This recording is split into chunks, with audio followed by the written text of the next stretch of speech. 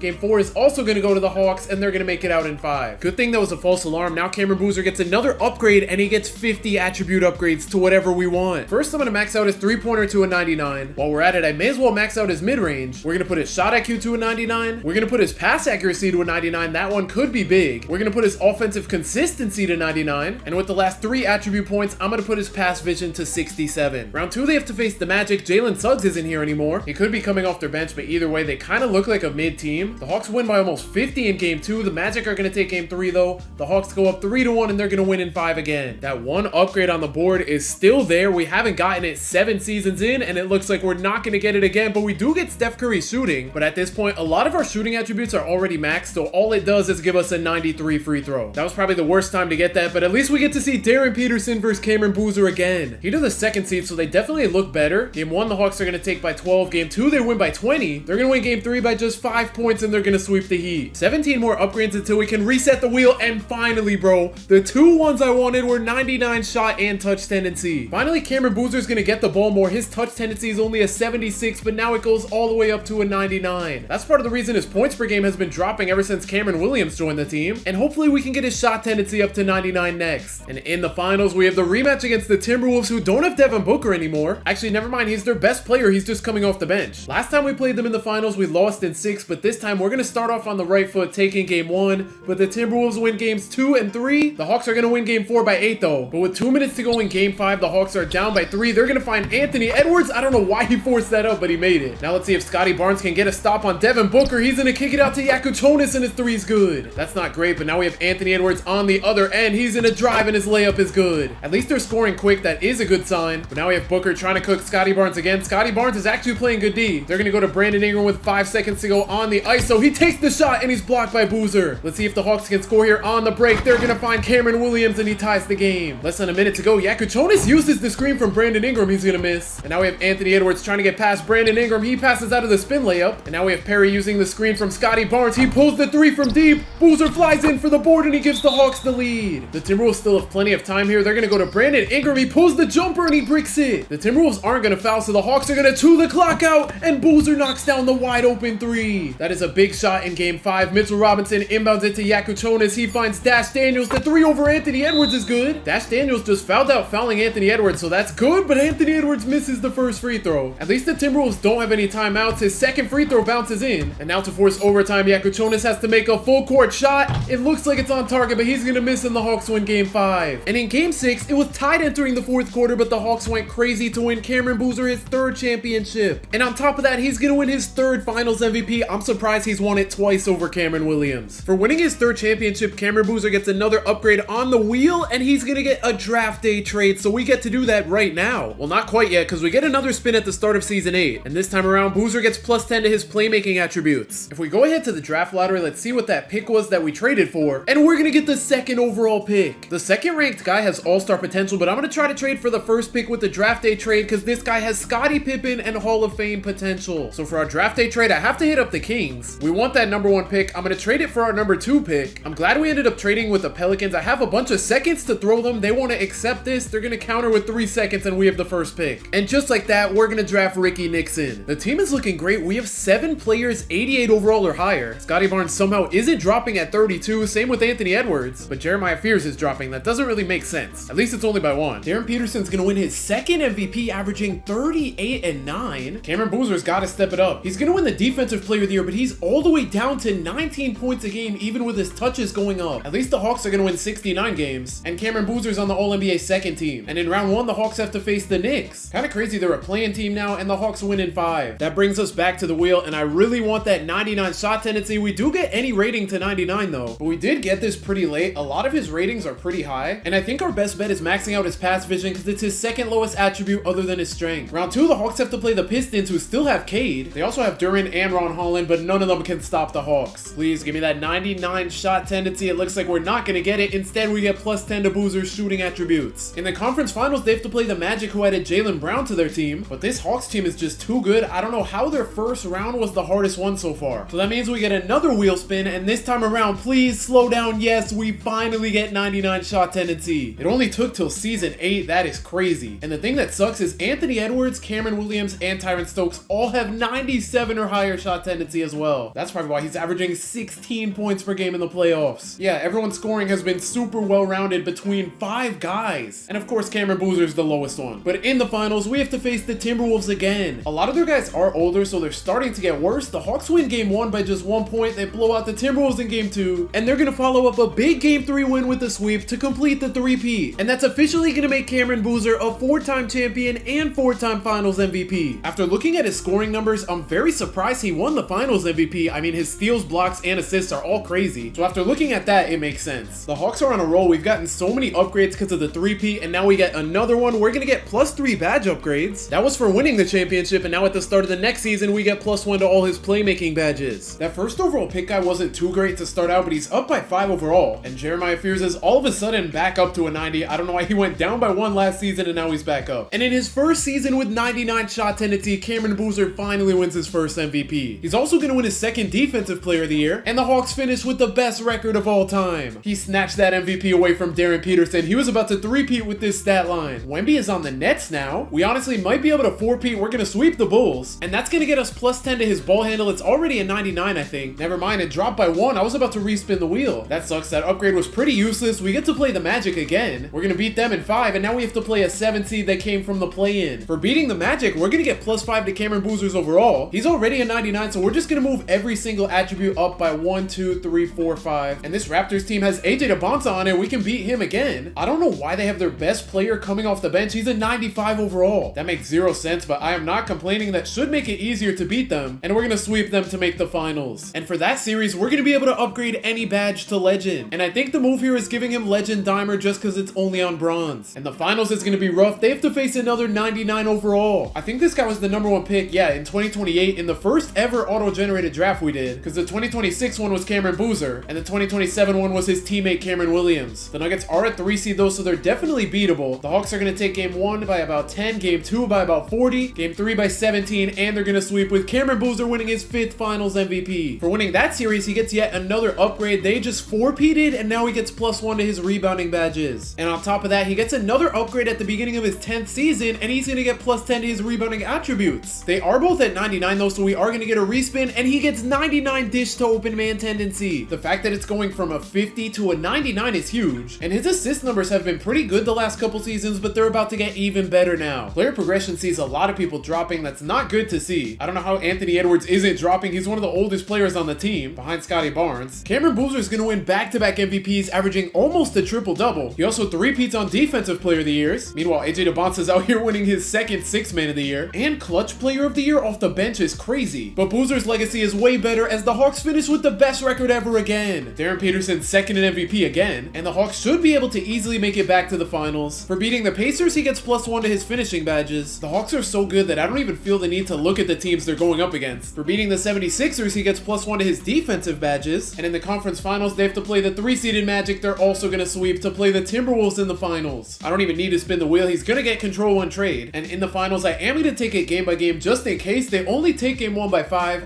Game 2's a blowout though. Game 3, they win by 13, and they're gonna sweep as Cameron Boozer wins Finals MVP number 6. So he's tied with Jordan in terms of Finals MVPs, but when it comes to MVPs, he is so far behind. After going through everything on the wheel, we have a reset wheel now, and for winning the finals, he's gonna get a top 5 free agent on the team. Let's hope we can get something good here. Top 5 free agent, we get the 4th best one. And at the beginning of his 11th season, he's gonna get +10 to all his shooting attributes. All his shooting attributes are at 99 though, so we're gonna keep respinning until we've gotten something that he doesn't have, and he gets +1 to his athleticism badges. So now we get to see who the number 4 free agent is, and his name is Chase Ward. He's an 88 overall. Kind of funny we traded for a top free agent just for him to come off the bench, but we also get to control 1 trade this season to make the team even better. And Scotty Barnes is going to be the guy to go because he's going to retire after the season, and we're going to trade him and Trae Young, who just signed to the team, for this power forward who's 10 years younger and on a 3-year deal and the same position as Scotty. Cameron Boozer's still on a crazy run, winning his 3rd MVP in a row. He's going to tie the record for the most Defensive Player of the Years ever, and the Hawks are still amazing, winning 74 games. We should be able to make it back to the finals. In the first round, we're going to sweep the Bucks, and on the wheel, that's going to get us a top 3 free agent. On to the second round, we have to face Darren Peterson and the Heat. We're going to sweep them, and that's going to get Cameron Boozer a trade deadline trade next season. On to the conference finals. I'm going to take it game by game just in case. We do have to play the 3-seeded Sixers, and maybe I shouldn't have taken it game by game. We're going to sweep them, and that gives us yet another upgrade. This time, we're going to get +1 to all Cameron Boozer's finishing badges. And in the finals, they have to play the Timberwolves, who look way worse. They are a 1 seed, but they don't have Zion or Devin Booker anymore. They do have Dyson Daniels and his brother though, but even with that good of team chemistry, I think the Hawks are going to handle it here. They're going to go up 2-0, 3-0 with the blowout, and they're going to sweep them. Cameron Boozer is now a 7-time Finals MVP. So he's officially past Jordan in terms of Finals MVPs, but in terms of regular season MVPs, he's behind MJ and LeBron. But for winning winning the finals, Cameron Boozer is going to get himself another upgrade as he gets plus 10 to his athleticism attributes. His strength is pretty much his only attribute that's not like 97 plus. But at the beginning of his 12th season, we get another upgrade. Let's see if it's something that can help strength. Instead, it helps his playmaking attributes. They're all at 99 though, so I'm going to keep respinning until we get something we haven't gotten yet. He gets plus 10 to his mental attributes. Nice. We almost get a respin, but his pass perception starts at a 98. At least we get to add a top 3 free agent to the team. Let me do the RNG before I forget. We're going to get the second best one. And moment of truth, at free agency, we're going to get a 31-year-old, but he's 95 overall. We were so close to getting Wemby. We were also close to getting Dylan Harper back. And now with our new guy as our starting small forward, we have 6 players that are 90 overall or better. Nice. We traded away Tyron Stokes right before the trade deadline. I mean, I guess we're deeper now because we got an 87 and an 86 out of it. Tyron Stokes was a 91 overall, so I don't hate that trade. And I'm not going to lie, I totally forgot to do the trade deadline trade. I'm just going to save it for next season. Cameron Boozer is going to win his 4th MVP in a row. He ties LeBron for MVPs. He's going to win his 5th Defensive Player of the Year, so now he has the most ever. And the Hawks are going to win 73 games. Back to the playoffs, we go against the Cavs in the first round, they sweep. And that's going to leave us with plus 1 to his playmaking badges. Round 2, they have to face the Magic. They're also going to sweep. And that's going to give Cameron Boozer 50 attribute upgrades. And that's going to get everything to 99 with 16 attribute points left over. In the conference finals, they have to face a 2 seed 76ers. That one was closer than I thought. And now that he has 99 everything, we have a new wheel. I think it just has badge upgrades, trades, and then free agent stuff. We're going to get Trade Finder unless it goes off of it. And never mind, we get plus 1 to his athleticism badges. In the finals, they have to play the Rockets. Reed Shepherd is back. I think he was on the Raptors one time we played them. Oh no, it was the Bulls. But anyway, here goes nothing. The Rockets are sitting at the 4 seed, so we should be able to easily win this.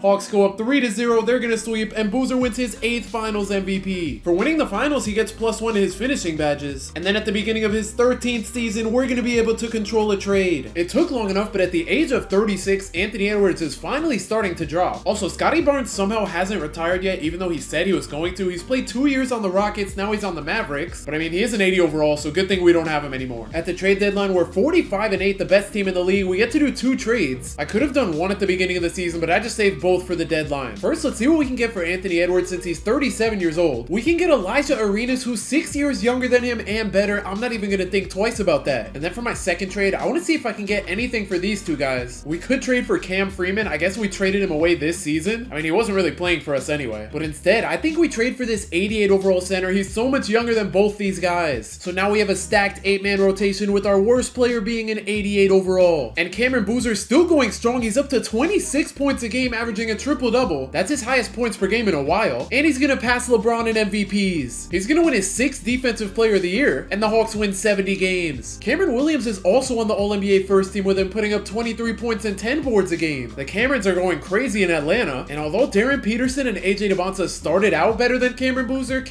is 100% the best one out of the 3. And I didn't even mean to check the all-defensive second team, but this guy who we drafted number 1 overall, he left after just 2 seasons, and now he's a 91 overall for the Bulls. I mean, we're still really good without him. In round 1 against the Magic, we're gonna sweep. That's gonna give us any badge to legend. At this point, so many of his badges are already super high. I want to try to go with something low, like Mini Marksman's not even a good badge. I would do something playmaking, but every single playmaking badge is legend. Then defense is pretty much the same thing. Actually, I think I do Paint Patroller. I didn't even realize that was silver. Round 2, they have to play the Pistons. They're gonna gentleman sweep, and that's gonna leave us with the best free agent in the offseason. In the conference finals, we have to play a 6 seed who low-key shouldn't even be here. For beating the Spurs, Cameron Boozer's gonna get a top 3 free agent on the team now, and we're already getting the best free agent, so I'm just gonna pick between 2 and 3. I clicked it, so we're gonna get number 2. And in the finals, honestly, it doesn't even matter if we don't win, but we're gonna sweep as Cameron Boozer wins finals MVP number 9. For winning the finals, we get plus 1 to all of Boozer's shooting badges, and then at the beginning of season number 14, we get plus 3 badge upgrades. And the team is about to get even more stacked because we get to add the top 2 free agents to the team, and it's Mitch Wood and Dylan Williams. Mitch Wood was that 99 overall who was on the Nuggets when we played them in the finals. And Dylan Williams is 23 years old. He's been on the Pelicans. He was the first pick in 2035, and he's already a 94 overall. So now the team looks even more stacked with a new 97 and 94 in our starting lineup. And then off our bench, half the players in the rotation are 90 overall. And Cameron Boozer's gonna do it. He's gonna win his 6th MVP to pass Michael Jordan. And the Hawks finish with the best record of all time again. And he's gonna cap the season off by sweeping everyone in the playoffs to win his 10th championship. With 10 finals MVPs, he's definitely the GOAT, but he's not done yet. But in Boozer's final 10 seasons, he won MVP number 7, 8, 9, 10, 11, 12, 13, 14, 15, and 16. Championship number 11, 12, 13, 14, 15, 16, and 17, Finals MVP number 11, 12, 13, 14, 15, 16, and 17. And to make things even better, he had the most points of all time with over 50,000, the most field goals made, the most three-pointers made somehow, the most free throws made, the most rebounds, the most assists, the most blocks, and the most steals. And he by far had the most triple-doubles ever. He's gonna retire at 42 with the best resume ever, making him the greatest player of all time. Subscribe if you enjoyed, and if you want to see me make AJ Debonsa the GOAT, click the video on the screen right now.